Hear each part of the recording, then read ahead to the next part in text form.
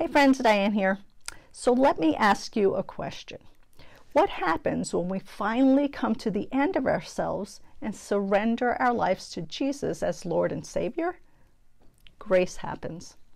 Founded on the love of God, grace is the power to transform. What was dead becomes alive.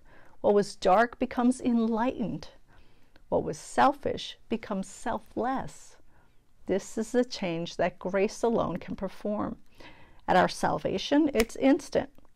Our identity is changed from sinner to saint, and heaven is our destiny. But this change is deep on our inside. It is our spirit, that which is at the heart of who we are, that becomes immediately transformed. We no longer are a creation of God, but now we are children of God, adopted forevermore into God's forever family.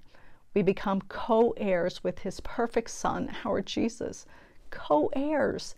See how amazing grace is? The prophet Ezekiel puts God's promise this way: I will give you a new heart and put a new spirit within you. Because God has given us a new heart, not just cleaned up our old sinful heart, but gave us a brand new heart. We can be brand new people. Mr. Licato says, you might call it a spiritual heart transplant. Grace is the voice that calls us to change and gives us the power to pull it off. It rewires you.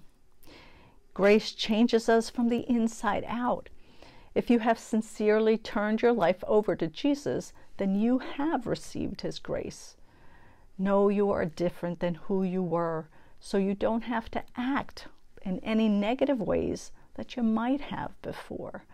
Those thoughts can be positive. Your emotions can be controlled. Your desires can be for God and others first. Let me say this slowly so it sinks into our hearts.